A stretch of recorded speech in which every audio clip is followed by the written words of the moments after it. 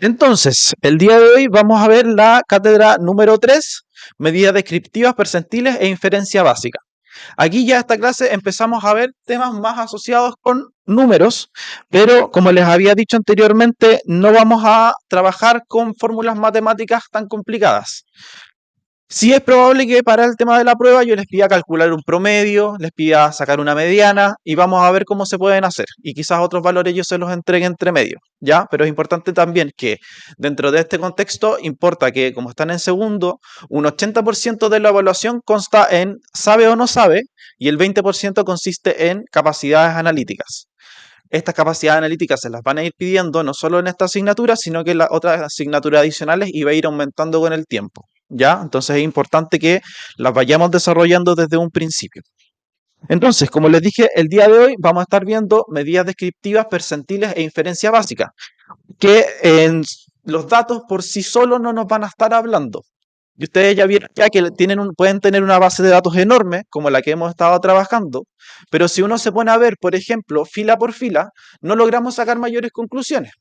Si yo les digo, por ejemplo, cuál es el rango promedio de la edad que tiene toda la base de datos, lo más probable es que simplemente por observarla ustedes no puedan llegar a alguna conclusión. Entonces, la idea de esta clase es que podamos llegar a cierta información de manera rápida en base a lo que tenemos disponible. Entonces, tenemos los datos, pero verdaderamente tenemos información. Y esta es la pregunta de inicio. En una base de datos obtenida desde un hospital, para 120 pacientes encontramos variables como la edad, la presión arterial sistólica, la glucosa y los días de hospitalización. Si tenemos cientos de registros, surgen preguntas, por ejemplo, como ¿cuál es el valor más representativo? ¿Cuál es el promedio de la glucosa? ¿Cuántos días se está quedando la mayoría de las personas hospitalizadas? ¿Cuánto varían los datos entre personas? Podemos tener una persona que tenga solamente 3 días de hospitalización, otra persona de hospitalización, otra que haya estado 36 días de hospitalización. Y es importante poder resumir porque eso nos va a dar la variabilidad que tiene el dato en general. Existen valores extremos. Por ejemplo, vamos a ver un ejemplo el día de hoy que va a ser nuestra base para poder desarrollar toda la cátedra, en donde sí existen valores extremos y cómo eso va a afectar en qué medida de descripción vamos a estar utilizando. ¿Cómo distinguimos un patrón real de una impresión superficial? Yo, en general, podría ver todos los valores, como por ejemplo habíamos visto en el taller la descripción de peso. Y había, por ejemplo, peso en que habían 2 personas con peso cero. Lo más probable es que si yo no hubiese hecho ese escaneo o la limpieza de esa información, se me hubieran pasado esas 2 personas con peso cero. Y me quedo con una impresión general de, pesan entre 60 y 70 kilos, la mayoría. Por lo tanto, la idea fundamental es que tener muchos números no siempre significa comprender los datos. Y eso es lo importante y es lo que vamos a estar viendo el día de hoy. Y eso nos basamos en lo que hemos estado viendo, que es la estadística descriptiva. Volvemos nuevamente a la estadística descriptiva. Ya lo vimos un poco la semana pasada a través de lo que eran las tablas y los gráficos. Ahora los vemos con números, porque no siempre nos van a ir acompañados necesariamente de un gráfico. Nos van a poder dar un número, nos van a decir el promedio de edad del grupo de estudiantes de estadística y epidemiología es de 20 años, más o menos un año. Ahí no necesariamente me están dando un gráfico, me están dando una medida de resumen. Entonces, de esta manera, la estadística descriptiva nos va a permitir que podamos ordenar, resumir y hacer comprensibles toda esta información que tenemos compilada en un solo dato para una persona para que sea más digerible. Entonces, al finalizar la clase, la idea es que ustedes puedan distinguir entre medidas de tendencia central, que son media, mediana y moda, interpretar medidas de dispersión como rango, varianza, desviación estándar y rango intercuartílico, comprender qué son los perceptiles y cómo se aplican en salud, leer e interpretar un boxplot, reconocer cuando una distribución es aproximadamente normal y entender por qué la descripción de datos prepara la inferencia estadística. Entonces, vamos a ver primero la tendencia central, donde se encuentra el valor promedio en general de los datos, cuánta dispersión presentan los datos entre ellos, cómo esto se representa en percentiles y cómo lo representamos gráficamente en boxplot y cómo esto aplica a lo que corresponde a la distribución normal, para luego, a partir de una muestra, como serían ustedes, poder sacar conclusiones sobre una población en general. ¿Por qué no basta con mirar los resultados sueltos? Porque una lista de valores por sí sola no responde preguntas esenciales. Por ejemplo, ¿cuál es el valor típico? Si yo me pusiera a hacer un listado ahora de todas sus edades, no voy a poder, haciendo una mirada rápida, decir cuál es el valor promedio que tienen de edad. No me basta simplemente con tenerlos enlistados. Por ejemplo, los datos están muy concentrados, están muy dispersos. Tengo personas, por ejemplo, de 30 años o de 15 años en esta clase. Puedo eso después verlo en un gráfico. ¿Existen valores extremos que cambien la interpretación? Estas mismas edades me podrían cambiar la interpretación en base a la medida descriptiva que yo esté utilizando. Y la distribución es simétrica o asimétrica. No lo vamos a ver con tanto detalle, pero una medida simétrica quiere decir que la distribución es semejante a la de una campana. Yo creo que la distribución normal. Sí, sí, muchas gracias. Por lo tanto, una simetría, por ejemplo, podría ver es algo así. Una distribución simétrica. Pero, por ejemplo, pueden darse casos, y ustedes vieron que graficaron glucosa, que la distribución era más o menos así. Si ponemos acá el medio, estaba más inclinadita hacia la izquierda, y por acá incluso me quedaba un valor extremo. Entonces ahí yo ya tengo una desviación. Y eso es simetría. Si yo la parto por la mitad, puedo decir que son exactamente iguales. Pero si yo esto lo partiera por la mitad, veo que no son exactamente iguales. Eso es simetría. ¿Ya? No se preocupen, para la prueba, si les pido algo de datos de simetría, yo les voy a decir los datos son simétricos, no son simétricos, o le pongo un gráfico de campana para que puedan ver si es simétrico o no simétrico. ¿Ya? Así que en ese sentido, vamos a tener una manera de aproximarnos. Adicionalmente, dos grupos pueden tener el mismo promedio y comportarse de manera muy distinta. No sé si se acuerdan de la primera clase en que estábamos hablando, por ejemplo, y teníamos un grupo, el grupo A, que se vacunaba y todas las medidas nos daban muy cerquita, dentro del promedio. Mientras que el grupo B se vacunaba y nos daba mucha dispersión. Sin embargo, seguían teniendo el mismo promedio de valor de anticuerpos. Entonces es importante también poder decir eso, porque habíamos tomado una decisión, por ejemplo, y todos de ustedes quedaron de acuerdo en que si iban a comprar una vacuna, iba a ser la que tuviera menor variación entre los resultados. Un valor extremo puede alterar algunas medidas más que otras, especialmente cuando hablamos del promedio o más, como lo vamos a nombrar de aquí en adelante, la media.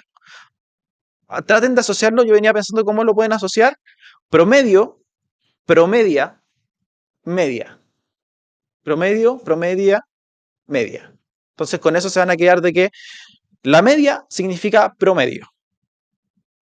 Y después tenemos la mediana y la moda y con eso van a poder avanzar. Adicionalmente, una mala descripción inicial puede llevar a conclusiones erróneas. Si yo no elijo bien una forma de describir mis resultados, voy a confundir a las personas a la larga. Y vamos a tener problemas en las acciones que podamos tomar. Por lo tanto, la estadística descriptiva convierte los datos aislados en patrones que sean interpretables. Aquí tenemos nuestro caso base del día de hoy, en que lo que hicimos fue tomar a personas con hipertensión arterial y dividirla en dos grupos. Un grupo le dimos un medicamento nuevo y al otro grupo le seguimos dando el tratamiento convencional. Y empezamos a enlistar sus presiones arteriales sistólicas. Las con el nuevo tratamiento, si se fijan, van desde 116 hasta 142 aproximadamente. Y el tratamiento convencional en 122 a 184.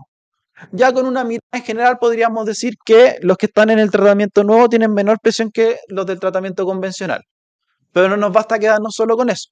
Entonces yo necesito resumir toda esta cantidad de información que tengo acá, todos estos datos, en un número que sea más digerible. Piensen siempre que la información se la tienen que presentar a su mamá o a su abuelita. Tienen que hacerlo de una forma en que... Entonces, en base a estos datos, vamos a ir viendo preguntas como ¿cuál es el valor central más adecuado para resumir todas estas presiones?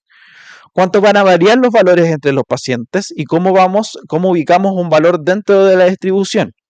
Además, detectar si tenemos valores extremos y cuándo conviene resumir, ya sea con la media, promedio, y la desviación estándar, mediana y el rango intercuartílico. Y eso es lo que vamos a estar viendo el día de hoy. Entonces, empezamos con una de las medidas de tendencia central, que es la media o el promedio aritmético. La media o el promedio aritmético está definida como la suma de todos los datos dividido la... ¿Esto es de alguien? Ah, puesto ahí. Me da cuquito estas cosas. Vamos a bajar ahí arriba. Ah, ya, viste, partimos mal el lunes. No es una buena señal. Entonces, el promedio se resume como la medida de tendencia central en que se suman todos los valores observados en un grupo de mediciones dividida por el número total de observaciones. Por ejemplo, si aquí yo tuviera 25 estudiantes, supongamos, 25 estudiantes, yo sumo todas sus edades, todos los valores, 18, 19, 20, 18, 19, 20, 18, 19, 20, los sumo, todos juntos. Después, ese número que me da, digamos, 200 años, y lo divido por 25, me da el promedio o la media de la edad del grupo. ¿Qué gracia tiene? Que representa el centro aritmético de los datos. Ya lo vamos a ver con la diapositiva que viene a continuación, que nos sirve más o menos como una balanza. ¿Qué ventaja tiene esto que nos da una idea de dónde se ubica el promedio del grupo? Adicionalmente, su gran ventaja es que es la única medida de tendencia central que utiliza toda la información de la muestra. Entonces, yo no excluyo ningún dato, los tomo todos los datos que están disponibles y lo considero dentro de mi fórmula para poder obtener la media. Sin embargo, tiene ciertas limitaciones. Por ejemplo, es altamente sensible a valores extremos que también pueden ser conocidos como outliers. ¿Cuándo conviene usarla? Especialmente útil y representativa cuando la distribución de los datos es aproximadamente simétrica o tenemos muy pocos valores extremos. ¿Ya? La gracia que tiene es que la media utiliza toda la información de la muestra y nos aporta información al resultado final cuando tenemos situaciones en que hay una alta simetría o baja cantidad de valores extremos. ¿Qué está ahí? ¿Alguna duda o consulta respecto al promedio o la media? ¿Se entendió el concepto? ¿Sí? Ya. Entonces, como yo les decía, es muy sensible a los valores extremos o también los van a poder ver nombrados como outliers o valores atípicos. Si en un grupo aparece uno o dos valores muy altos o muy bajos, la media se puede desplazar y dejar de representar bien al conjunto. Porque como estoy tomando todos los datos, si los vemos como en una balanza, al final me van a estar inclinando el centro de gravedad al lado donde está más. Ya lo vamos a ver más adelante de una manera mucho más gráfica. Entonces, lo importante de esta diapo es que la media es una medida de tendencia central que nos permite resumir el grupo o la muestra dando toda la información que está disponible, pero que esa misma fortaleza es que la hace susceptible a los valores extremos. Ese es el resumen de esta diapo. Aquí tenemos, por ejemplo, ya la fórmula matemática de cómo se calcula el promedio, que es básicamente esa simbología. ¿La habían visto antes, esta E griega? ¿Sí? Sumatoria, perfecto, súper bien. Entonces me indica que es la sumatoria partiendo de i igual 1 hasta n, y aquí lo reemplazamos este valor de i, donde vamos sumando todos los valores. Por ejemplo, si yo tuviera 10 valores, del 1 al 10. Todos fueran edades, por ejemplo, 19, 20, 21, 32, 18, 20, 21, así sucesivamente. Y yo tengo que sumar los 10 valores y dividirlo por la cantidad de valores que tenía. Entonces, yo sumo estos 10 valores termino dividiendo por 10. Y eso me va a dar lo que es la media o X bar. Le veo con cara de duda. Lo sumamos todos juntos. No importa si va sumando uno más, una edad más una edad. Al final tenemos que sumar todas las edades. Si fuéramos solo un grupo de niños, por ejemplo, 10 niños y queremos saber el promedio de edad de esos 10 niños, sumamos las edades de los 10 niños. Todos juntos y después lo dividimos por 10. ¿Ya? ¿Puede aparecer un ejercicio si es la prueba? Sí, puede aparecer un ejercicio si es la prueba, en que yo les pregunte cuál es la media. Entonces, para entender la media, la calculamos con nuestros dos grupos de pacientes que tenemos. ¿Qué es el primer paso? Sumar las 20 presiones arteriales. Partimos 116, 118, 120, 140, 142. Me va a dar un valor, 2586. Y luego, el cálculo es dividir ese valor que me dio de la suma por la cantidad de valores que yo sumé, dividido 20. Entonces la media en este caso va a ser 129,3. Ese es el valor promedio o la media del grupo con el tratamiento nuevo. Lo hacemos lo mismo para el tratamiento convencional y me da un valor de 143,3. Y estamos resumiendo la información. Si antes teníamos 20 valores, de los cuales podíamos tener una idea aproximada de hacia dónde se iban a mover los datos, aquí ya podemos verlo en una comparación mucho más directa. 129,3 ¿es más grande o más chico que 143? Más chico. Entonces, una forma de interpretarlo, a ver, alguien que se aventura a hacer una interpretación, en ponerlo en palabras bonitas, si te tuviera que ir en un informe, por ejemplo, al Ministerio de Salud, ¿qué podrían decir?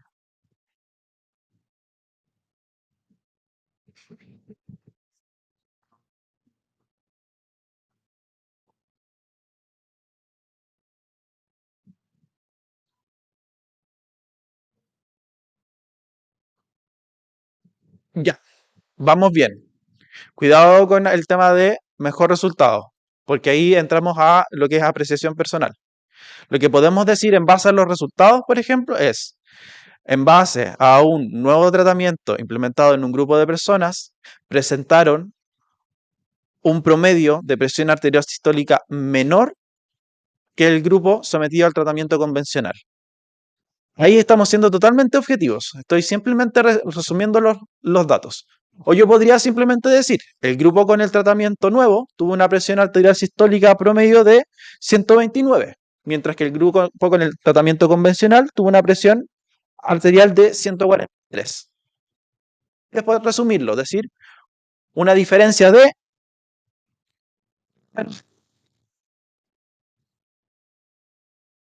O sea, está...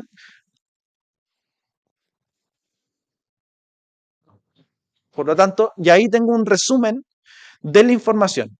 Habíamos partido con estos 20 datos y ahora los resumimos a uno y podemos compararlo entre grupos.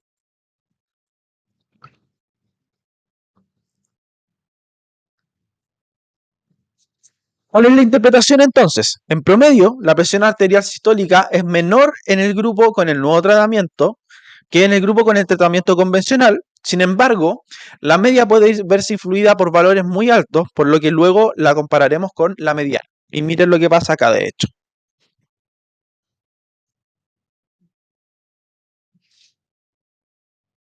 Ahí les hice zoom. Fíjense, en el nuevo tratamiento, todos los puntitos son una zona. Son un valor de presión arterial. ¿Cómo están los puntitos? ¿Juntos o separados? Juntos. Fíjense acá, ¿cómo están los puntitos en el tratamiento convencional? Separados. E incluso tengo unos que se me van muy por arriba. Estos son outliers. Estos son valores atípicos. Estos son valores extremos. Para que los vean de una manera gráfica. Por lo tanto, aquí la media me logra representar bien al grupo. Los tres son simétricos. O sea, si yo divido esto para justo a la mitad y lo veo reflejado, tienen cierto nivel de semejanza. No vamos a decir que son exactamente iguales, pero se parecen. ¿O no? La parte de arriba se parece con la parte de abajo. Sí, tienen como un aire por lo menos. En cambio, acá, la parte de arriba se parece a la parte de abajo. No, son asimétricos los datos. Igual en la prueba les voy a decir, existen valores atípicos, existen valores extremos para irlos guiando, ¿ya? Para que no se aterroricen con esta información. Entonces, ¿qué va a pasar? Me terminan inclinando la balanza, me la terminan empujando hacia otro.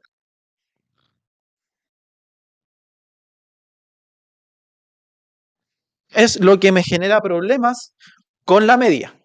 Me permite tomar todos los datos, pero sin embargo, los valores extremos o los valores atípicos me inclinan la balanza hacia un lado en preferencia. Esa es su limitación. Por eso es que, por ejemplo, ustedes cuando tenían 7, 7, 7, 1, el 1 les embarraba todo el promedio. Porque es el valor extremo y se les inclinaba, les tiraba todo para abajo. Ahí quedó más claro el problema con el promedio. Genial. Esto ya verlo de manera más gráfica con una figura. Por ejemplo, yo tengo acá que cada observación aporta al promedio y la media usa toda esta información. Y si esto fuera como una balanza, si yo tengo un valor extremo, pensamos que no lo incorporé. Cuando no lo incorporo, me concentro en todos estos datos. La media estaría más o menos por aquí, justo donde está el que dice centro de gravedad. Pero si yo tengo un valor extremo, me empieza a inclinar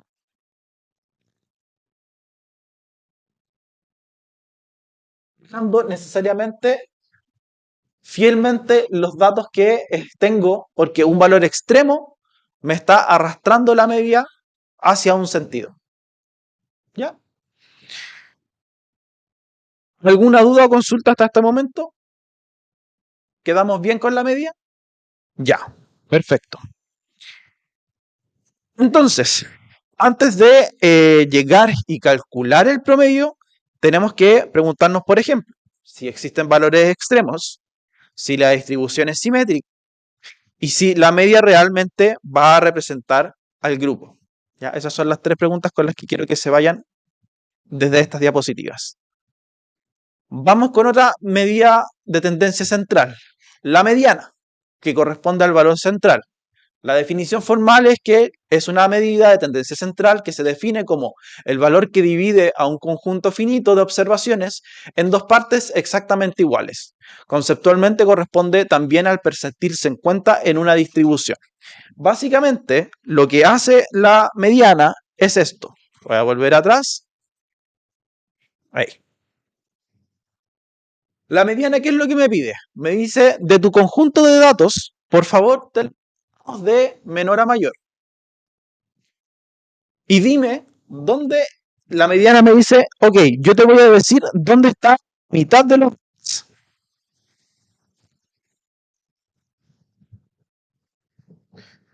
Aquí tenemos 20 datos.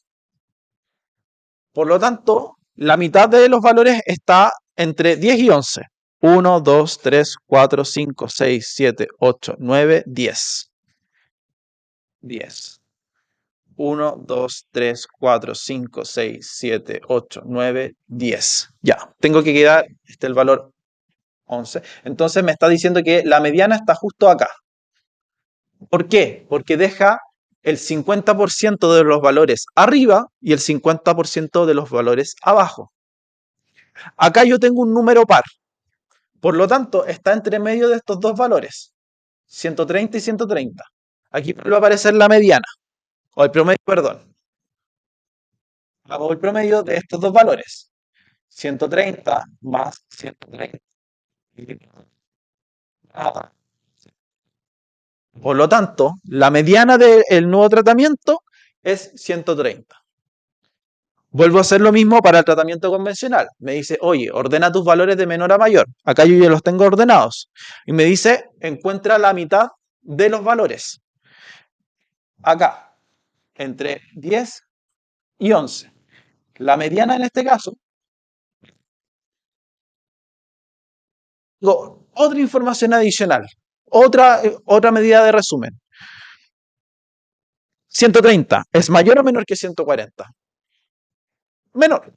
Por lo tanto, yo ya puedo decir nuevamente y confirmar lo que estaba viendo anteriormente, que la tendencia central del nuevo tratamiento es que tengan una menor presión arterial en comparación al tratamiento convencional.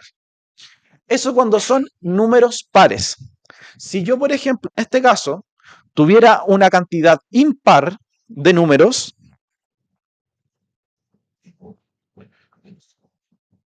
olvidémonos de este último número. Este no existe. Tengo que dejar la misma cantidad de números a ambos lados. Son 20 en total, ¿cierto? Le restamos 1, o sea, son 40 en total, pero son 20 en cada tratamiento. Le restamos 1, ahora tenemos 19. Yo venía pensando, ¿cómo es la fórmula más fácil para que los chiquillos lo puedan hacer? Y ahí caché. Dije, ok, vamos a tomar el número total en 19 opciones. La vamos a cambiar a el número par, pero menor. Le restamos 1, 18. Y esto tiene que ser simétrico, porque dijimos 50% a un lado y 50% a otro lado. Dividido 2, 9. O sea, yo tengo que tener 9 valores hacia un lado y 9 valores hacia el otro. Y con eso voy a encontrar la media. 1, 2, 3, 4, 5, 6, 7, 8, 9. Ok. 1, 2, 3, 4, 5, 6, 8, 9. Ah, gracias.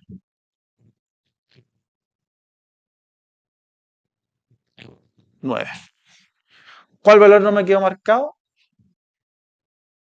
¿Se fijan que ahí quedó bien distribuida la situación? Me quedaron 9 valores para un lado, 9 valores para el otro. Y aquí es simplemente llegar y marcar 130. Hagamos lo mismo con el de abajo, nos va a dar exactamente lo mismo. 1, 2, 3, 4, 5, 6, 7, 8, perdón, el 8, 9. 1, 2, 3, 4, 5, 6, 9. Por el medio, 140. Pudieran ser otros valores, ¿ya? Pero en este caso, cuando son impares, yo no tengo que llegar, no tengo necesariamente que hacer un promedio de valores. Yo llego y lo reconozco. Cuando son una cantidad par de datos, ahí sí tengo que hacer el promedio como lo habíamos hecho anteriormente. ¿Ya? Ojo con eso, que no está puesto explícitamente dentro de las diapositivas. Por eso se los tenía que aclarar de manera hablándose. Entonces, vamos de nuevo a la diapo de la mediana.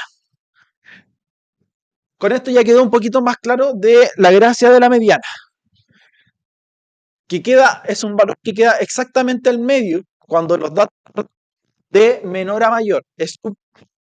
La mediana pide primero, oye, de todos tus números, ordénalos de menor a mayor primero y luego busca dónde está la mitad. Punto de corte corresponde conceptualmente al percentil 50. Si yo tuviera todos los datos, como por ejemplo un termómetro que va de 0 a 100, la mitad exacta, el percentil 50, corresponde a la mitad, los 50 grados. Divide la muestra en dos mitades exactas. Esto es importante que lo recuerden. Que me deja por un lado 50% de los valores por debajo y 50% de los valores por arriba. La mitad por debajo, la mitad por arriba. Yo encuentro justo la mitad exacta de los valores. ¿Cuándo nos conviene utilizarla? Nos sirve cuando los valores son asimétricos o yo tengo valores muy extremos que me van a estar causando ruido sobre la media. ¿Cuál es su gran ventaja? Que es robusta. Quiere decir que no se deja afectar por los valores extremos o atípicos. Porque aquí yo estoy buscando una posición. No estoy buscando en base a la suma de todos los datos. Yo tengo todos los datos, pero los considero como que fueran cajitas. Y ahí encuentro cuál es la cajita de al medio. No estoy sumando todas las cajitas. ¿Cómo vamos hasta ahí? ¿Dudas, chicos? ¿Dudas?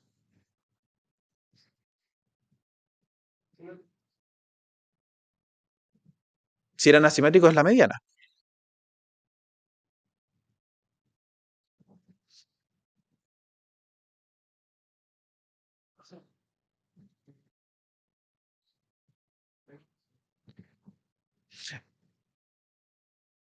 Sí, redondearlo a el número par menor. Quitarle uno para poder decir cuántos tengo que dejar a un lado y cuántos tengo que dejar al otro. Si teníamos 20, habíamos dicho, ok, vamos a hacerle un número impar, 19. Si tuviéramos 19 datos, lo más fácil es bajarlo al número par más cercano, 18.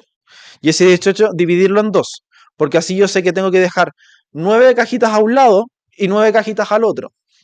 Con eso tengo 9 y 9, 18, y justo al medio me queda la cajita que es la mediana, ese 1 que yo había quitado originalmente. Entonces, habíamos dicho que es robusta, que no se deja afectar por los valores atípicos y generalmente se acompaña junto al rango intercuartílico para mostrar cuál es la dispersión. Esto es sí o sí es pregunta de prueba, o por lo menos respuesta de prueba. Cada vez que a ustedes le pidan un resumen de medida, ustedes tienen que dar un valor de medida central y adicionalmente un valor de dispersión. Para el caso de la media, de la desviación estándar. En el caso de la mediana, siempre va acompañada del rango intercuartílico. Si yo en una prueba les digo, tenemos esta cantidad de datos,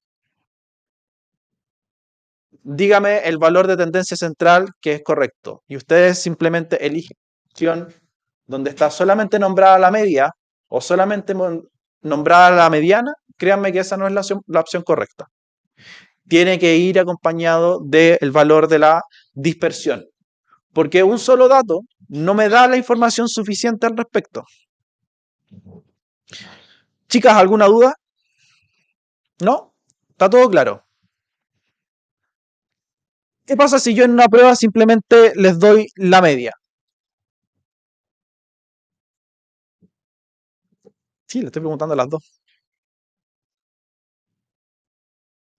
Si se sienten mal, pueden salir de la sala.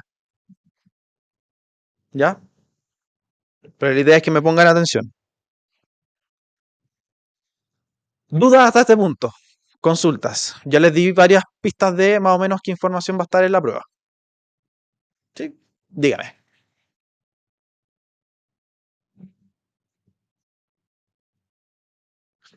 Los vamos a ver más adelante, pero con que se quede con este mensaje de que tienen que ir acompañados con los valores de dispersión, eso es lo importante. ¿Eh? Dígame.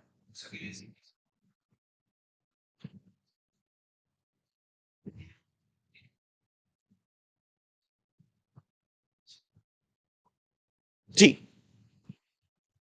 Incluso si no está dicho ahí, sí, porque esa es la forma correcta de hacerlo. Y usted me puede decir, profe, estuvo mal su planteamiento. Usted tiene que pedirme el valor de tendencia central y el de dispersión. Y yo le decir, ah, muy bien, alumno. El alumno superó al maestro. Acá, acá.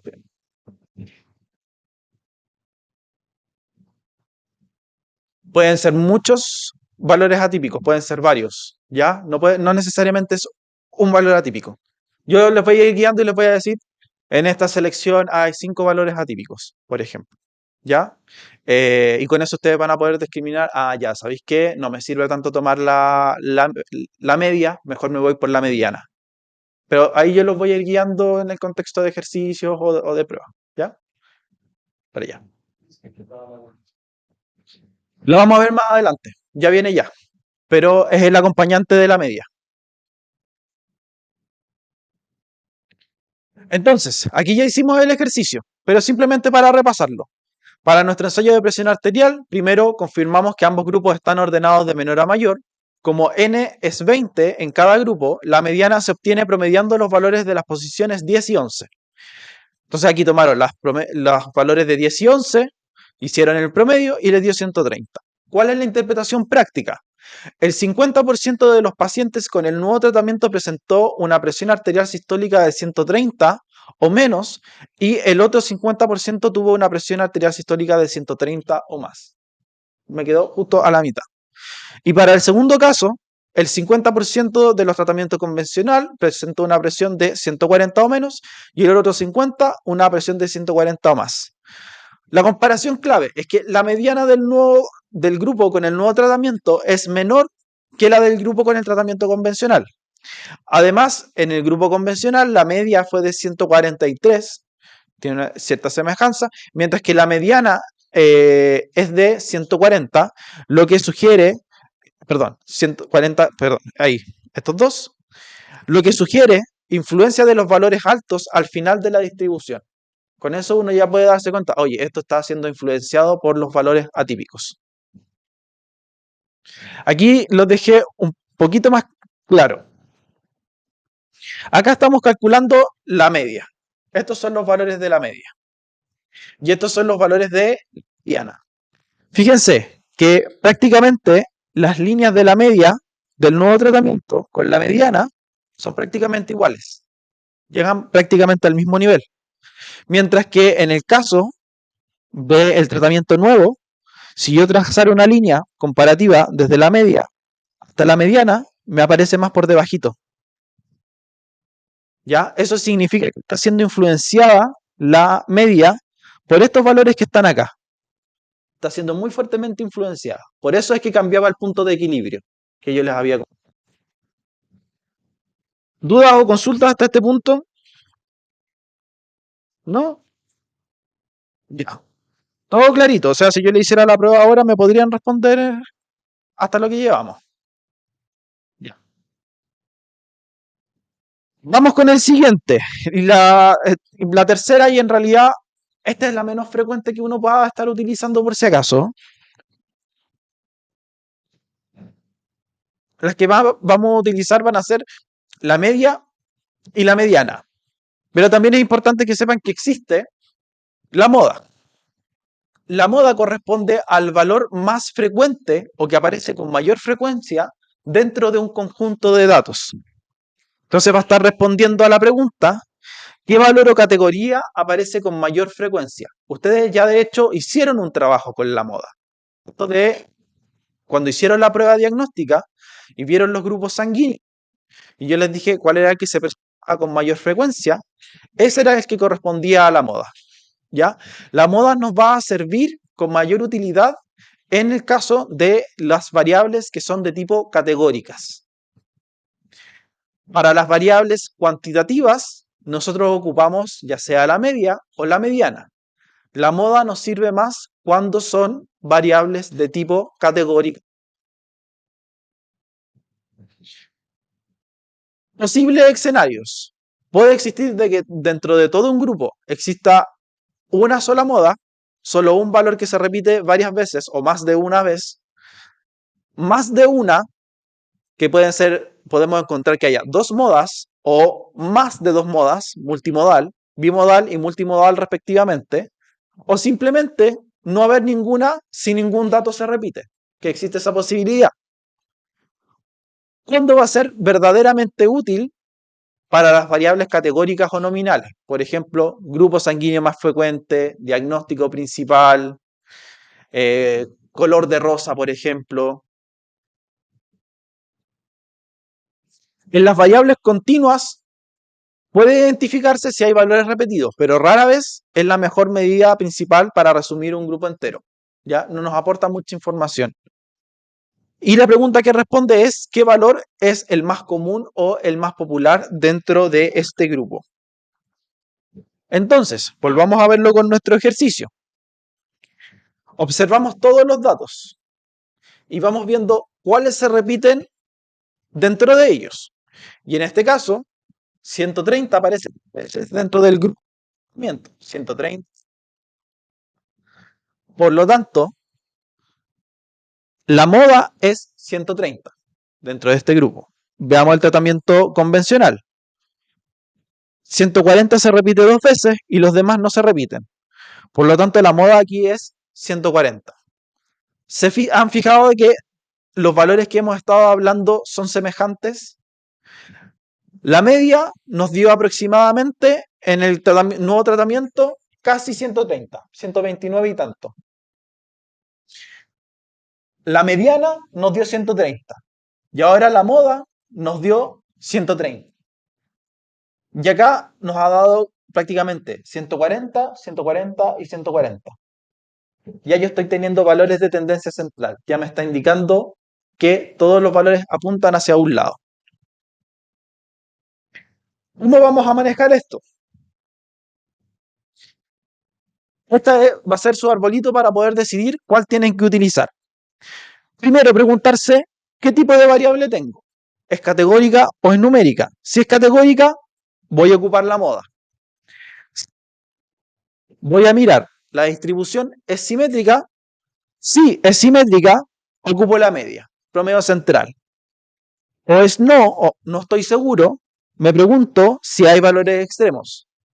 ¿Hay valores extremos? Sí. Por lo tanto, ocupo la mediana. Si no hay valores extremos, ocupo la media. ¿Se entiende el árbol de decisión? ¿Los logra guiar? ¿Les queda más o menos claro? Ya. ¿Cómo vamos de tiempo? 40 minutos. Déjenme.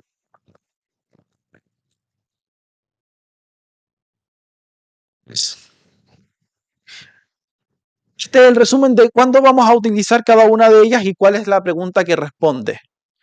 La medida responde a cuál es el promedio aritmético. Y este era básicamente calcular nuestro centro de gravedad.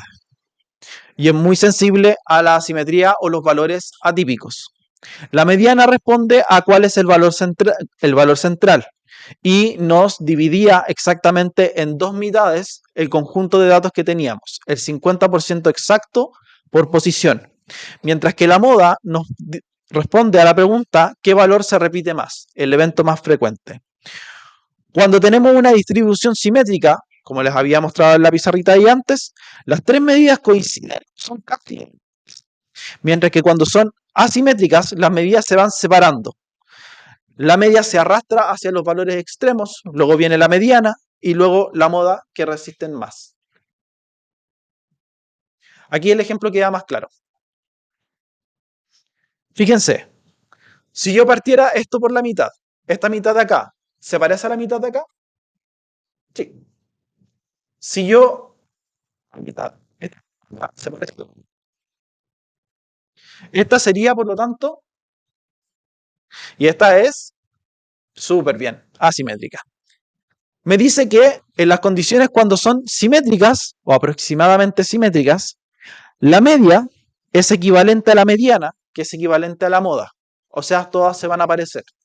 Por lo tanto, lo que hemos visto en el grupo del tratamiento nuevo y el grupo de tratamiento convencional es que tienen relativamente una distribución simétrica.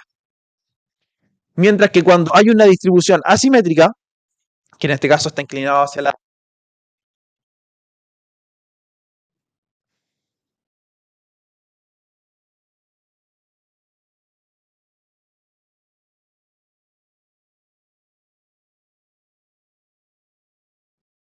Lo más fácil para ejemplificarlo, había pensado en número de tazas de café que se toman al día. 1, 2, 3, 4, 5, 6, 7. Entonces, por ejemplo, yo hago una encuesta, recopilo los datos dentro de todos los alumnos de esta sede y veo dónde me están dando los valores. Fíjate que la mayor cantidad me está dando en 4 el número de cantidad de tazas de café.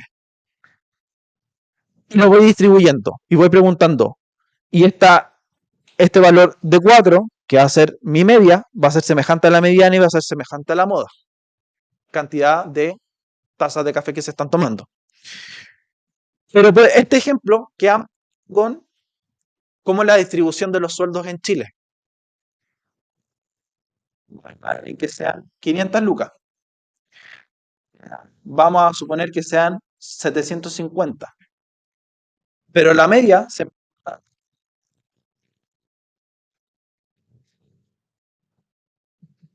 son representativos. O sea, me refiero, aquí de qué me convendría hablar más, de la media o la mediana. La mediana, porque los valores de la media se me están yendo por el errante de donde tengo personas que ganan mucha más plata y me la está inclinando mucho más hacia la derecha, en comparación a la media, a la mediana, perdón, que me está dando la mitad exacta. Por eso es que cuando dicen el sueldo medio en Chile es de 750 lucas, y es como, pero ¿cómo? Si mi tía está ganando 500 lucas por estar de 8 a 6 de la tarde limpiando en el metro, por ejemplo, todos los días. No se ve reflejado en el verdadero promedio. ¿Ya? ¿Quedaron claros ahí los conceptos más o menos? ¿Sí? Súper. Si tienen dudas, me pueden parar y me pueden consultar. Tienen al tutor también entre medio, o si no, siempre algún correo, nunca está de más. Profe.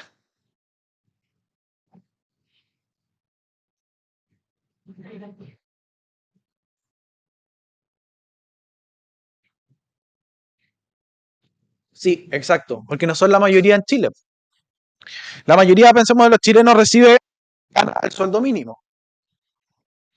Y las personas que van ganando sobre 1 millón, 2 millones, 3 millones, van siendo menos. ¿Cuántas personas ustedes conocen que gane 3 millones acá al mes? Ya, que ganen 5 millones de pesos al mes. Se va reduciendo el número. ¿Cuántas personas conocen que ganen por lo menos 500 lucas? La mayoría. Mande. ¿Cómo? Puede ser a la izquierda también. Ya, esto puede haber sido, simplemente verá dar un ejemplo, pero puede ser a la izquierda también. Sí, o sea, se va a poner aquí moda mediana si es hacia la izquierda. Por ahí, otra mano, ahí, ya. No, la moda, es buena pregunta. El compañero me preguntaba si es que la moda iba acompañada de algo, de algún valor de dispersión. No, la moda no va acompañada de ningún valor de dispersión, porque la moda me responde a cuál es el valor más popular.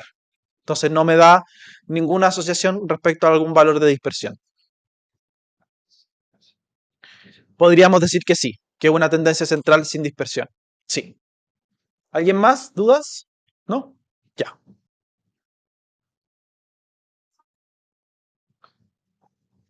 O les voy a poner un gráfico representativo, les voy a decir, este es el gráfico representativo de la distribución. Y ustedes lo van a ver y van a decir, ah, ya, ok, esto es asimétrico o asimétrico. Siempre partan por la mitad de la curva y dicen si las mitades se parecen o no se parecen.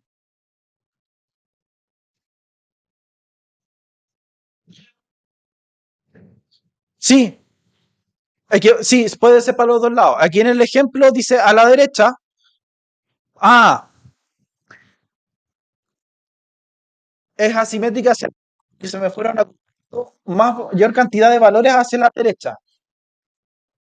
Que en comparación a la mitad izquierda. La mitad izquierda, fíjese que parte subiendo y llega hasta el punto máximo, pero acá se dice que está asimétrica hacia la derecha. Entonces, ¿cuándo elegir bien cada una de ellas? Déjenme ver cuánto nos queda para poder llegar a... Nos queda poquito para poder llegar al break. ¿Cuándo usar cada una? La media la usamos cuando tenemos una distribución aproximadamente simétrica o no hay valores extremos que la distorsionen. La mediana cuando es una distribución asimétrica y hay presencia de valores extremos, pero es más robusta. Y la moda cuando son variables categóricas o cualitativas. Por lo tanto, si estas son variables categóricas o cualitativas, estas de acá, ¿qué tipo de variables sirven? Variables cuantitativas. Perfecto. Cuantitativas, variables cuantitativas. Antes de elegir, no solamente se pueden quedar con un solo valor, ¿ya? Pueden sacar los tres valores y comparar. Antes de elegir deben preguntarse qué tipo de variable tengo, cómo se distribuyen mis datos y si hay presencia de valores atípicos. Eso los va a guiar hacia cuál es el valor correcto. Dígame. Que es menos sensible a los valores extremos. Por ejemplo, si yo tengo 500, 500, 500, 500.000, 500.000, 5 valores con 500.000, y después me aparece un valor con 5 millones de pesos, la balanza se me va a ir a inclinar más acá. Me va a decir como promedio 1.000.000. Y es como, pero ¿cómo? Si tengo la mayoría que tiene está ganando 500. En cambio, la mediana es más resistente porque busca la posición. Se ordena los de menor a mayor y busca la mitad.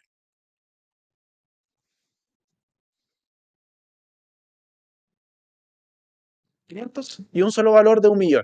Busco la mitad, 500. Ah, es menos. Robusta en ese sentido a los valores más atípicos. A eso se refiere con que sea robusta. ¿Ya? Vamos con las medidas de dispersión. ¿Cuál es el problema del valor central? El valor central dispersos están los datos en general. Entonces, nos muestra solamente una partecita de la historia. Es como los dos gráficos que tenemos acá. El grupo A, por ejemplo, tiene un promedio de 10, pero fíjense que los valores están juntitos. Mientras que en el grupo B puede tener un promedio de 10, pero los valores son mucho más dispersos. Por eso es que siempre tienen que ir acompañados de un valor de dispersión. ¿Por qué? Porque esto está dado por la variabilidad. Acuérdense que existían distintos tipos que la variabilidad siempre nos influían en los resultados, ya sea por el azar o por características biológicas. Ahora que lo estamos viendo en área de salud, pensemos en la variabilidad biológica. Todos ustedes no van a tener, por ejemplo, el mismo nivel de glucosa en este momento, si yo se los midiera, o el mismo nivel de lípidos en sangre. O si yo le hiciera una densiometría ósea al fémur de cada uno, no todas van a tener exactamente la misma densidad ósea que los demás compañeros del curso. Entonces, los pacientes en sí ya son heterogéneos y una medida de posición no es suficiente para hacer una descripción completa. Yo tengo que incluir la variabilidad que tengo de mis datos, ¿ya? Porque me da cuál es el rango en el cual se están moviendo. ¿Qué me va a decir la dispersión? Van a responder a las preguntas de qué tan parecidos son los datos entre sí, qué tan alejados están del valor central y cuánta heterogeneidad hay en el grupo. Esto es importante. Dos grupos pueden tener promedio similar, pero comportarse de forma muy distinta. Y aquí tenemos ya las medidas de dispersión. La primera y más facilita es el rango. O sea, me da la amplitud. ¿Cuál es la diferencia entre el valor el mínimo y el valor máximo? Aquí lo que uno hace simplemente es, por ejemplo, tengo un conjunto de valores que incluye el mínimo es 2 y el máximo es 10. Lo que yo hago es al máximo restarle el mínimo y me da una amplitud de 8. Es fácil de calcular, pero solamente usa los dos valores extremos. No me habla nada más adicional. En cambio, la varianza es el promedio de desviaciones al cuadrado respecto de la media. Ya lo vamos a ver de manera más gráfica. Lo malo es que está expresado en unidades al cuadrado, por lo tanto es difícil de entender. Y es de ahí donde viene la desviación estándar. ¿Qué es lo que hace? Que traduce la dispersión a las unidades originales de la variable. Si tengo una desviación estándar pequeña, los datos están muy agrupados al centro. Tengo una desviación estándar grande, están más dispersos o alejados entre ellos. Veámoslo de una forma más gráfica. Rango y amplitud más o menos quedó claro, ¿cierto? Tomaba el mínimo, el máximo, al máximo le restaba el mínimo y me daba la amplitud. Esta es la desviación estándar. Tengo la media y tengo los distintos valores que me dieron lugar a la media. A cada dato se le resta la media. Es la diferencia de 120 menos 128, 124 menos 128, 128 menos 128, 132 menos 128, 136 menos 128. Fíjense dónde estaban los datos y cómo estaban dispersos. ¿Ya? Y luego, esto es, obtenemos las desviaciones respecto al promedio. Y estos valores, estos resultados, los elevamos al cuadrado. Cuando un número negativo está elevado al cuadrado, se transforma en positivo. Por lo tanto, me quedan solamente valores positivos. 64, 16, 0. Ahí está mal. Aquí debería ser 0 elevado a 2. Debería ser, digamos, 0. 4 elevado a 2, 16, 64. Y acá saco el promedio de los cuadrados y me da la varianza. Pero esto está expresado en unidades al cuadrado.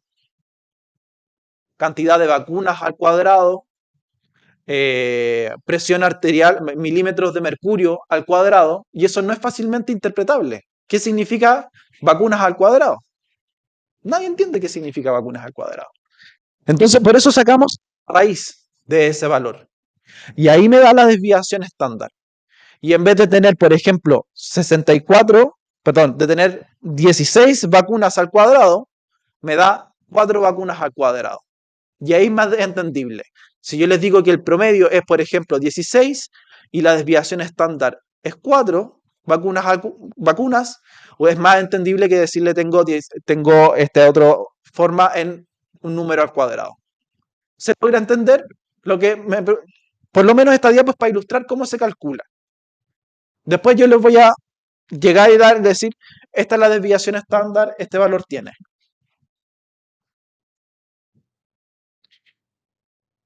Entonces, para ir resumiendo, el rango es la diferencia entre el valor máximo y el mínimo.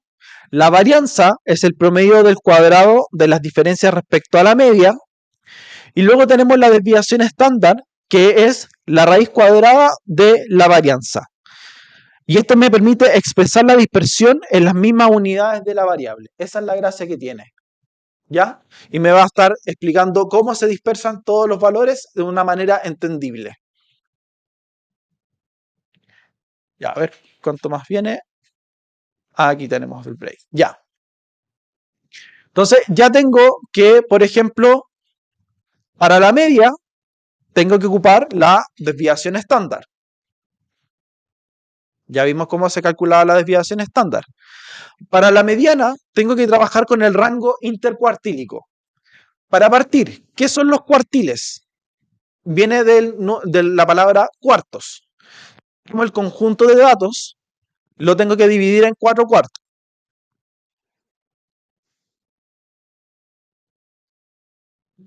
El 75% y el último que me queda, 100%. Lo divido en 4 partes.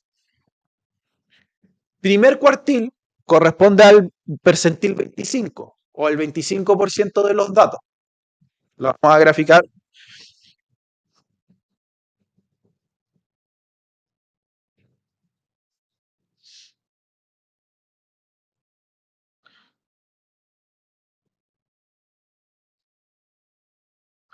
Si esto fuera de 0 a 100, fíjense, 1 cuarto, 2 cuartos, 3 cuartos, 4 cuartos. Listo. El primero parte en el percentil 25. O sea, me deja todos los resultados el 25. 75% por arriba. El percentil 50 me deja 50% de los datos abajo y 50% de los datos hacia arriba. ¿A quién correspondía el percentil 50? ¿A quién? La mediana. De hecho, a la mediana. 50 y 50. Y el tercer cuartil es el percentil 75. Aquí yo dejo el 75% de los datos por debajo y el 25% de los datos por arriba. ¿Cuál es el rango intercuartílico? Es la distancia o diferencia que existe entre el tercer cuartil y el primer cuartil.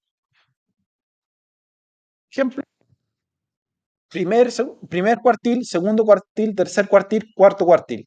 Tercer cuartil, primer cuartil. Si yo hiciera la diferencia, 75 menos 25 me da 50, por ejemplo. Ese es el rango intercuartílico.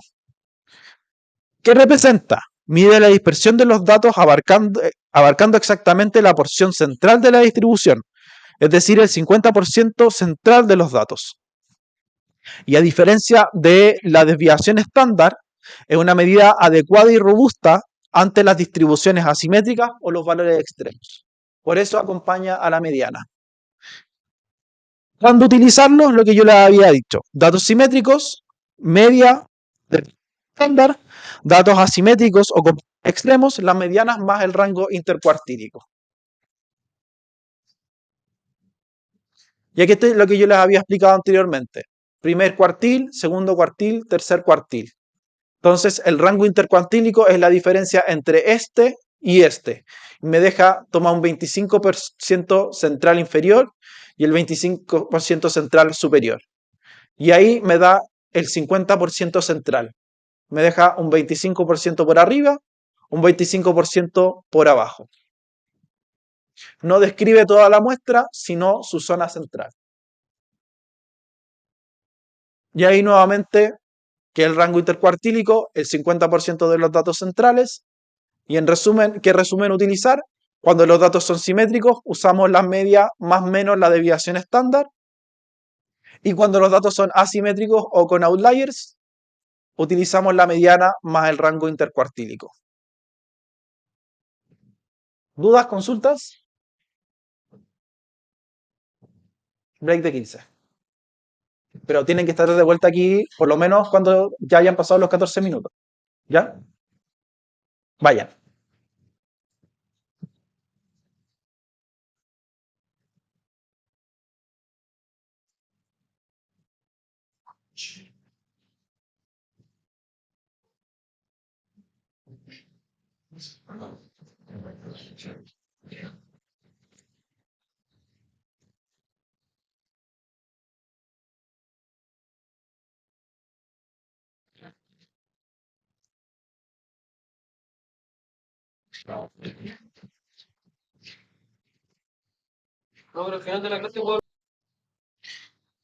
Ya, prosigamos entonces con la clase. Entonces, vamos a seguir con lo que responde a los percentiles. Hasta este punto, ¿alguna duda?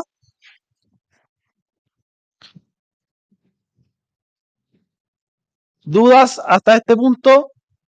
Ya, genial. Muchas gracias por responderme. Aquí ahora vamos a hablar de lo que corresponden a los percentiles. ¿Qué son y cómo se leen? Piensen que tenemos un conjunto de 1000 datos, ¿ya? Los percentiles lo que van a hacer va a tomar todos esos datos y lo va a dividir en 100 partes iguales. Igual que la medición, por ejemplo, con la temperatura en grados Celsius. De 0 a 100. 100 cajitas entre medio. 100 divisiones entre medio. Entonces, tiene al conjunto de datos ordenados y lo divide en 100 partes iguales. ¿De qué nos va a servir los percentiles? Para hablar de posición relativa. No indica cuán grave es una enfermedad, cuánto porcentaje de enfermedad tengo, no, me indica una posición relativa respecto al resto de los datos observados. La regla de la lectura en el percentil P significa que ese valor deja por debajo al P% de las observaciones y por encima al 100 menos P%. Por ejemplo, hagámoslo con el percentil 75. Que deja, significa que ese valor, deja por debajo al 75% de las observaciones por debajo y por encima tiene al 100 menos 75. ¿Cuánto es? 25. Al 25% de las observaciones. Entonces, nuevamente es como la habíamos trazado. Aquí está el 0, 50, 100, 75, 25. Si yo me ubico en el percentil 75, al conjunto de 75% de los datos, o sea, si tengo 1000 datos, me quedarían el 25%, o sea, los 250 datos restantes. ¿Cuáles son las equivalencias fundamentales? Esto tiene equivalencias. El percentil 25 corresponde al cuartil número 1. El percentil 50, que correspondería al cuartil número 2, equivale a la mediana. Y el percentil 75 corresponde al tercer cuartil. O sea, nuestro rango intercuartil al percentil 75. Es el denominado rango intercuartílico.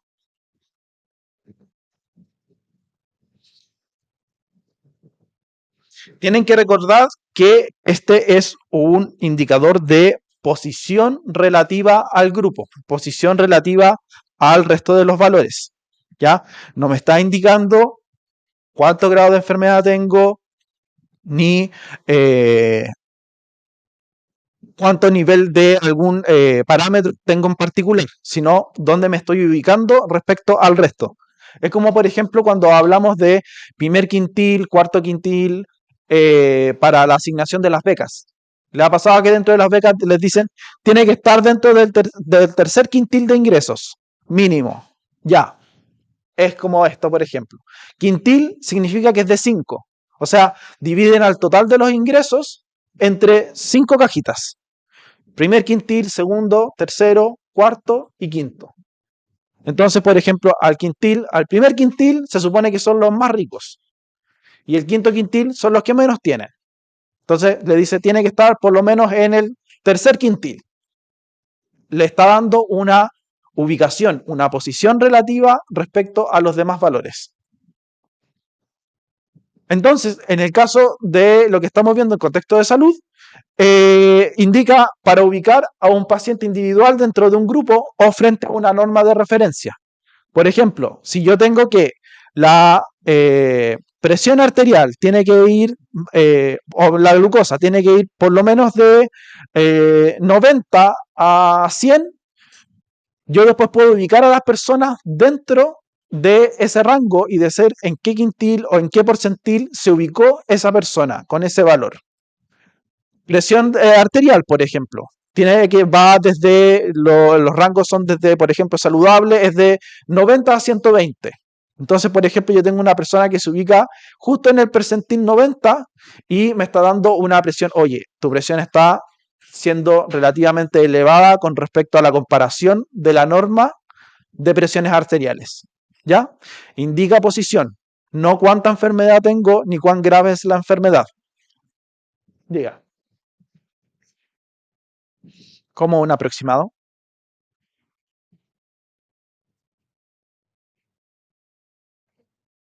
Sí, pues. O sea, si está en el percentil 90, es que está en la posición, que está, deja 90% de los datos abajo y 10% de los datos arriba.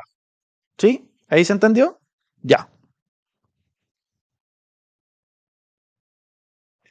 Esto nos entrega la información para saber cómo se compara ese valor con los demás y algo que no tiene que confundirlo y que yo ya había dicho, que el percentil muy alto o muy bajo indica una posición extrema, pero no necesariamente implica de manera automática enfermedad o gravedad de la enfermedad, ¿ya?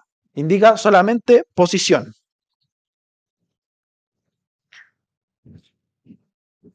¿Qué utilidades tiene esto?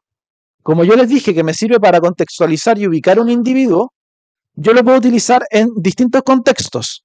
Por ejemplo, no sé si alguna vez le pasó haber llevado a un hermano, a un primo chico, a un sobrino, a el control de niño sano, que le dijeran, se ubica está en el percentil 50 respecto a la curva de crecimiento.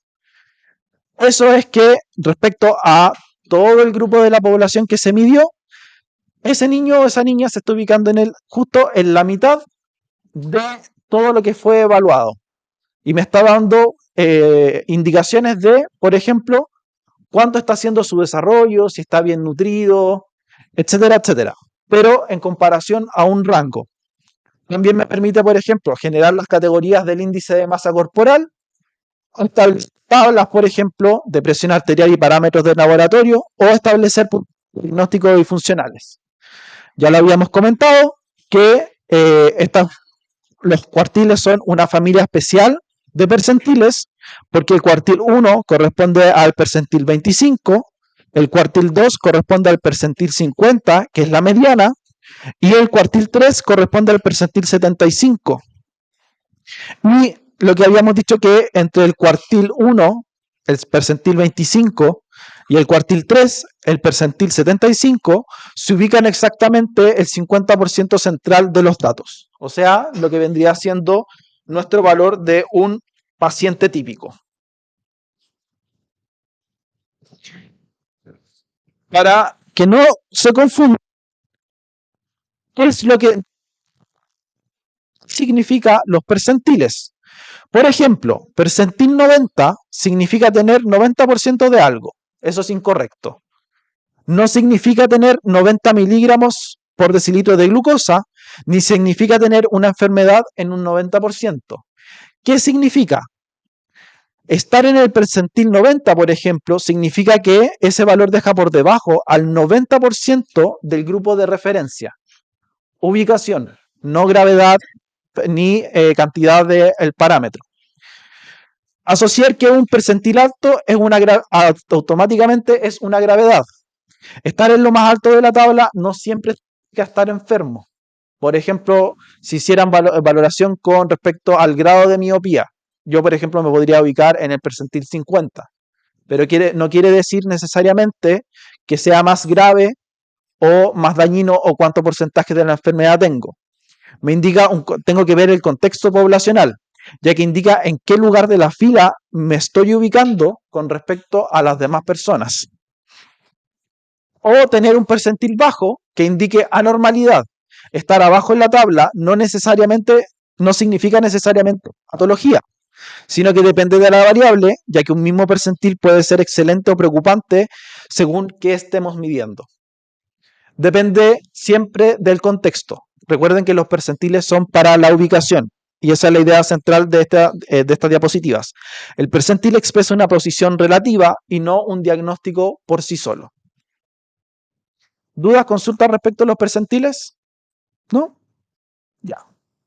Aquí está resumido de una manera más gráfica, entonces, ¿qué son? Son valores que dividen en conjunto de datos ordenados en 100 partes iguales. Indican la posición relativa de una observación. O sea, yo puedo ubicarlo acá. Digamos el percentil 60, por ejemplo. Estar en ese percentil, el 60, me dice que deja por debajo al 60% de las observaciones por debajo y tiene al 40% por encima. Aquí lo hace con el percentil 75. Deja por debajo al 75% de las observaciones y al 25% lo tiene por encima. ¿Y qué equivalencia teníamos? Que el cuartil 1 era el percentil 25, el cuartil 2 era el percentil 50, que era la mediana, y el percentil 75 era el tercer cuartil, y entre el 25 y el 75 teníamos el rango intercuartílico, o sea, el 50% central. Nos servía, por ejemplo, para curvas de crecimiento, categorías de IMC, presión arterial y parámetros de laboratorio o puntajes diagnósticos y funcionales. Me permite contextualizar y ubicar a la persona dentro de una población de referencia. Pero ojo, la nota clínica es que un percentil muy alto, pero no siempre significa enfermedad o edad. Hagamos una actividad para que les quede un poquito claro. Entonces, 2 minutos para que piensen. El caso es, un paciente se ubica en el percentil 90 de presión arterial sistólica para su grupo de referencia. 2 minutos para que piensen. ¿Qué significa realmente estar en el percentil 90? Y luego comenten entre ustedes, ¿ese valor está por sobre o debajo de la mayoría? qué porcentaje del grupo queda por debajo y si ese dato por sí solo indica enfermedad o gravedad. 1 minuto para que piensen, 2 minutos para que discutan, para que conversen y luego lo vemos en discusión. Ya, partió el minuto.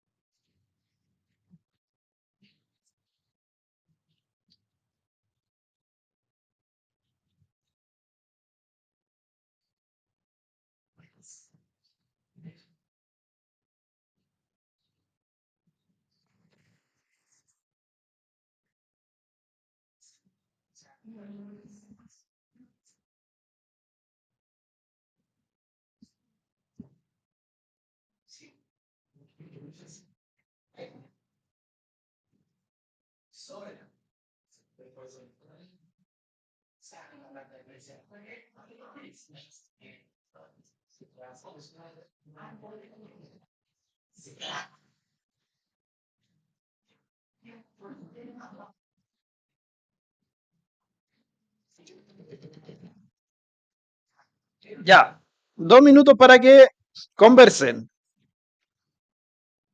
con sus pares, su grupo, se dan vueltas, discuten.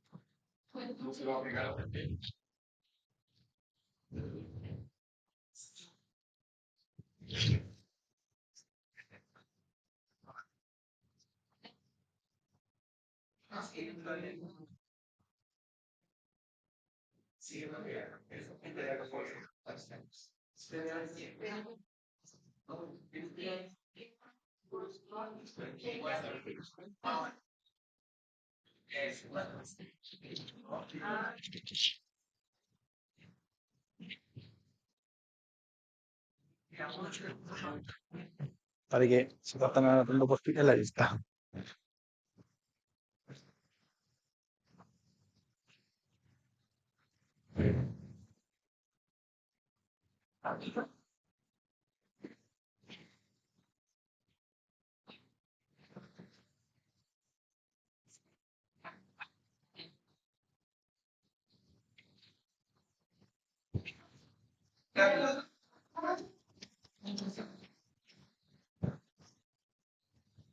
Ya, jóvenes, vamos viendo qué sacaron de conclusiones.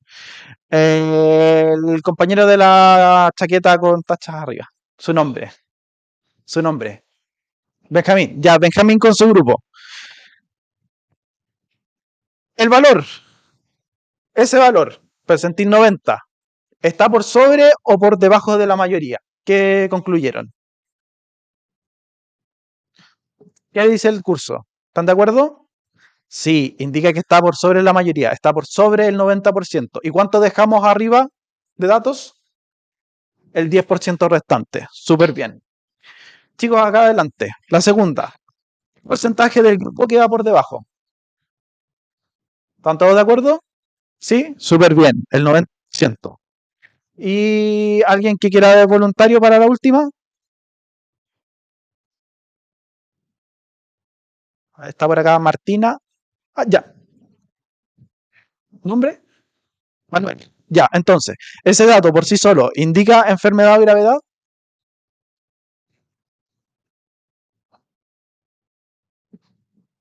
Súper bien. Debemos verlo en contexto. Entonces, para que tengamos en común, estar en el septim 90 significa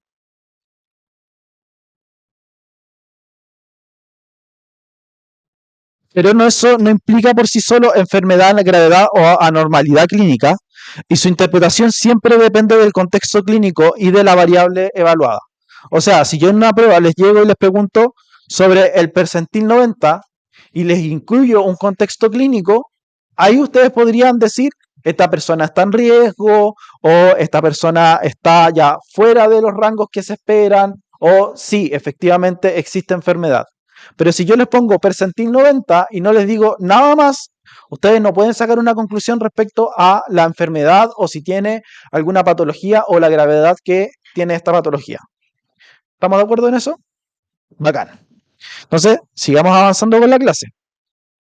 Boxplot.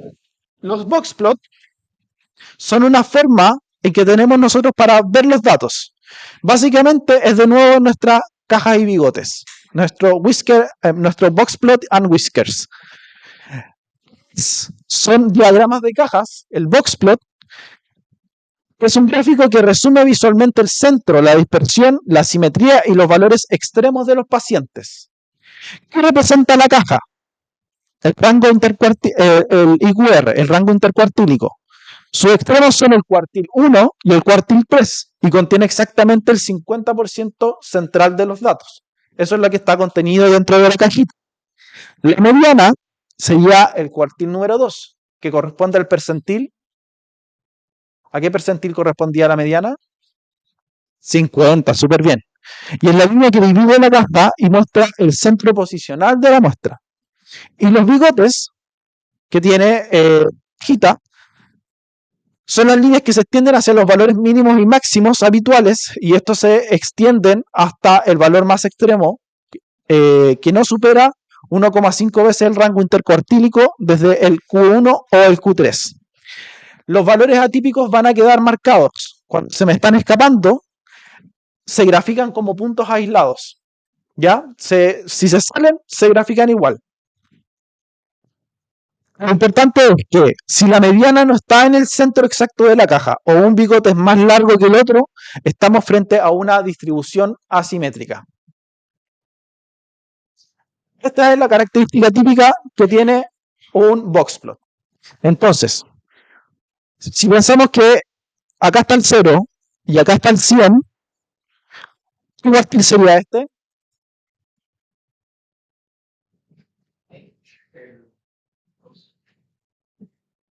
Si acá está el 0, si todo parte en el 0, acá está el 0 y acá está el 100, que es el máximo. ¿Qué cuartil sería este? Este es la línea de acá. Este es el primer cuartil.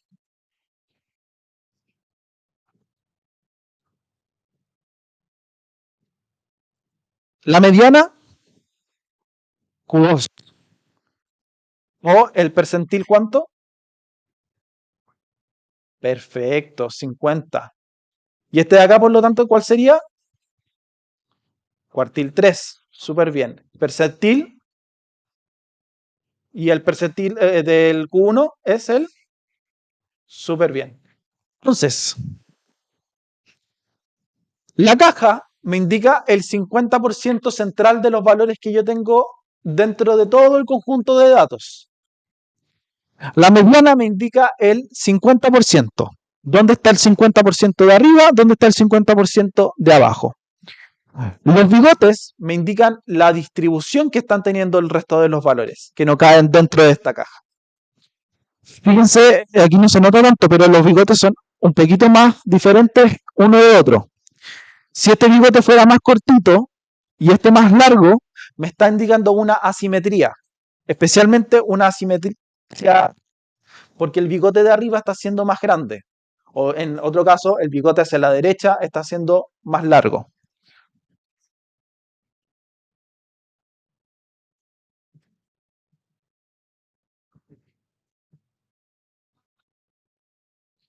El bigote hacia arriba presenta mayor longitud que el de abajo, por lo tanto eso sugiere asimetría, por ejemplo. No se compliquen tanto, no les voy a pedir desarrollo en la prueba. En la prueba de sí tienen que desarrollar, pero más con números, no tanto con descripción. Y lo importante es que sepan que si los bigotes tienen distinto tamaño, indica asimetría. y los posibles valores que sean atípicos o extremos quedan generalmente por fuera de los bigotes y se grafican como puntos aislados. ¿Ya? Aquí tenemos dos, por ejemplo.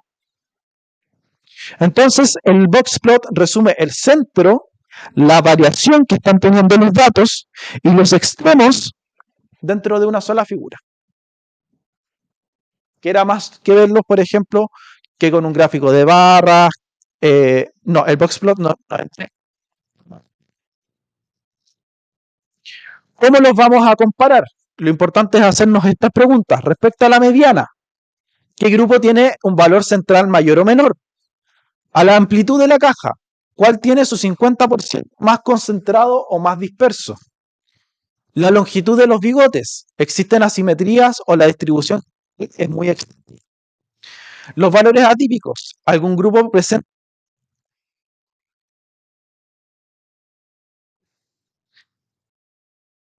Las cajas se cruzan casi por completo o están separadas verticalmente. Lo importante es que el boxplot orienta hacia una visualización rápida y potente, pero no reemplaza la prueba estadística formal para demostrar simulación. Eso vamos a verlo más adelante. La próxima clase me parece que ya entramos con pruebas estadísticas, pero lo importante es saber que se pueden superponer, qué características tenemos que ir a comprobar, cómo diferenciarlos. Por ejemplo, este es nuestro boxplot para los valores de presión arterial. Fíjense, partamos por la mediana. Podríamos decir que está en 130.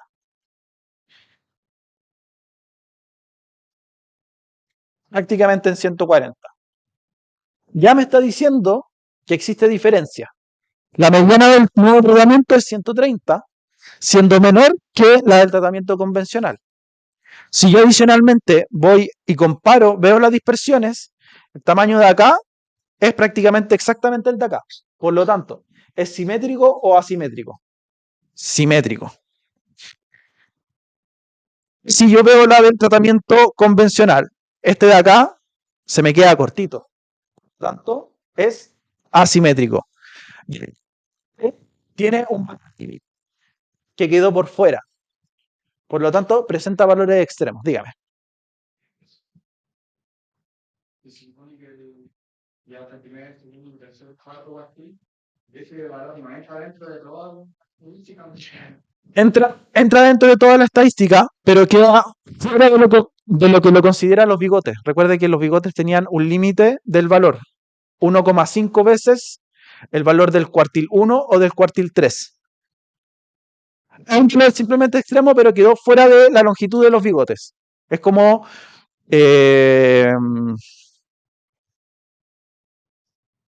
tirar un cable, por ejemplo, para el papá que quiere hacer una nueva conexión. Y justo me faltó un trocito para poder llegar con el cable suficiente para poder abarcar hasta el enchufe nuevo. Entonces me quedó por fuera. ¿Está presente? Sí, pero no alcancé con todo el cable. Y el cable me dice, hasta aquí nomás llegamos. Tenemos que ir a comprar un cable más largo. Pero siempre se grafica. ¿Ya? Así se hubiese visto nuestro caso de nuestros tratamientos. Entonces, aquí vienen las comparaciones. Por ejemplo, si yo tengo una situación en que mi caja está relativamente centrada, tengo bigotes de longitud similares, no tengo extremos tan marcados y no tengo valores que están por fuera, implica que mi resumen, mi número de tendencia central y de dispersión tiene que ser la media más la desviación estándar de datos simétricos. En cambio, si observo la distribución, veo simetría o valores extremos, lo que yo debería utilizar sería la mediana más el rango intercuartílico. Que la caja esté descentrada, que los bigotes sean desiguales y que haya presencia de valores atípicos. Y ahí ustedes deciden cuál debería yo utilizar. Puede darse situaciones, por ejemplo, en que tengamos dos grupos, como lo vimos recién. Tenemos dos grupos en los cuales ocurre la situación en que uno presenta características que me dirían ocupa la media y otro me dicen ocupa la mediana. ¿Cuál es la solución más fácil? Porque tienen que tener los mismos comparadores. No me sirve decir la media para uno y la mediana para otro. Tengo que siempre compararlos con la misma vara. Si voy a hablar de media, tengo que hablar de la media para los dos. Si voy a hablar de la mediana, tengo que hablar de la mediana para los dos. Lo más seguro es hablar, por ejemplo, si tengo uno que es muy asimétrico, me quedo con la mediana y hablo de la mediana de los dos, ¿ya? No mezclen los conceptos. ¿Se entendió eso? Volvamos al anterior.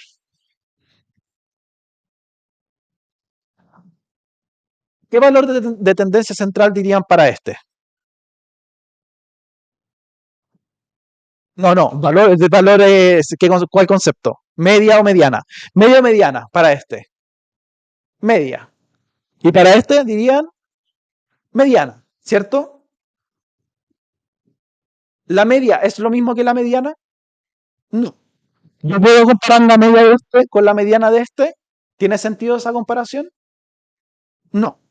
Tiene que ser siempre la misma vara para los dos. Tengo que decir la media para ambos o la mediana para ambos. ¿Qué es lo más robusto? La mediana. En este caso yo me encuentro con uno asimétrico, que es bien asimétrico, por lo tanto me sale más preferente hablar de la mediana. ¿Ya? Dígame. Cuando es asimétrico se ocupa la mediana. Sí. ¿Se entendió eso? Tenemos que hacer la comparación igual para ambas situaciones. No puedo comparar la media con la mediana. Tengo que comparar ambos por el mismo valor. Sea la media para ambos, sea la mediana para ambos. Ya. Pasemos a un tema aparte, pero que nos sirve igual para hacer descripciones, que es la distribución normal. Si yo, por ejemplo, juntara muchos datos respecto a las personas en general en Chile, digamos la edad, lo que tendrían a hacer es que la edad, si partimos acá de 0 y de acá a 100 años, digamos que es el máximo, lo que van a tender a hacer es que la mayoría de campana. Esa es la distribución normal. A mayor cantidad de datos biológicos yo estoy teniendo, más se va a formar esta distribución que se llama la distribución normal. ¿Qué características tiene?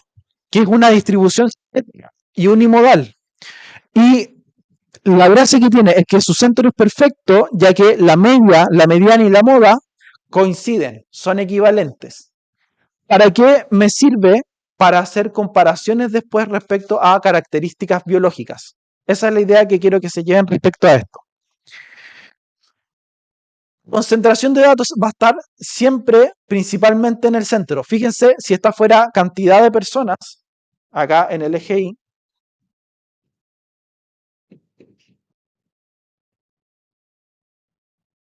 la mayor cantidad de personas va a estar prácticamente en el centro.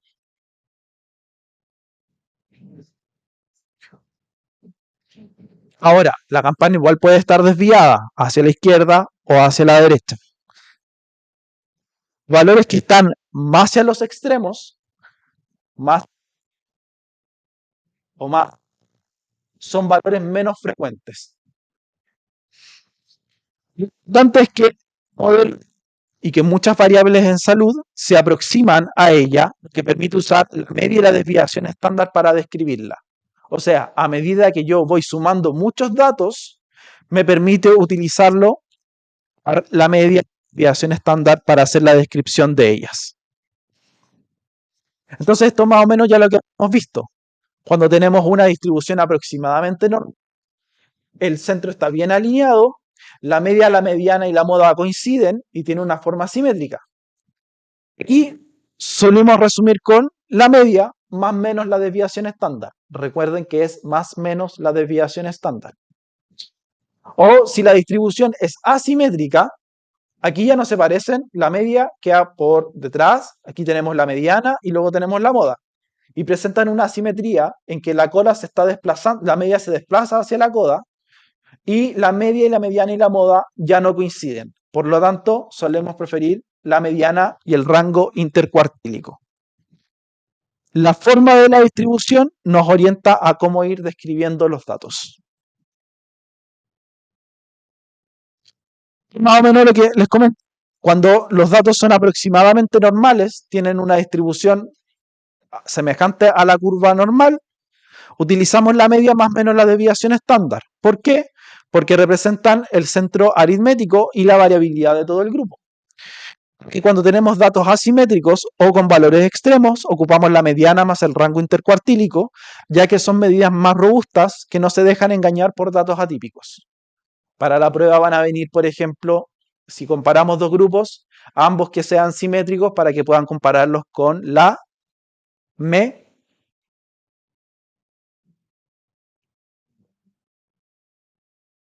la otra, no es la mediana, con la media. Si ambos grupos vienen asimétricos, vamos a ocupar la mediana para compararlos. Señales de asimetría. Una cola más larga hacia un lado del histograma, separación más notoria entre la media y la mediana, o la presencia de valores atípicos o bigotes asimétricos en el boxplot. Y aquí ya entramos a la última parte de la clase. Lo importante es que a partir de estas características que nosotros hemos estado viendo y de nuestra muestra, nosotros podamos llevarla a hacer una inferencia sobre la población. Y esto lo habíamos hablado un poquito en la clase anterior. La población es el conjunto total de las personas que nos interesan y nuestra muestra es un subconjunto representativo de esa población. El problema es que la muestra intenta representar a la población, pero nunca es idéntica a ella. Adicionalmente, margen razonable de duda o error de muestreo. La clave es que la inferencia estadística existe porque usamos muestras para aprender sobre poblaciones, preparando el camino para los intervalos de confianza y las pruebas de hipótesis que nos permiten tomar decisiones. O sea, la próxima clase lo que vamos a estar viendo es que a partir de una muestra nosotros vamos a estar haciendo suposiciones respecto a toda una población y vamos a ver qué tan cierto es o qué tan aplicable es o cuánto se debe al azar o es porque efectivamente esto, una intervención o un desenlace tiene relación con lo que hicimos. ¿Ya? No alcanzamos a hacer esto porque ya estamos más o menos en la hora. El poquito de resumen y las referencias. Hoy día les subo, por favor, por lo menos léanse, voy a subir las referencias tanto en español como en inglés. ¿Qué libros me interesan? Se los voy a destacar en el correo. Pero por favor, complementen las clases con lectura. Y lo último, ya con esto cerramos la clase.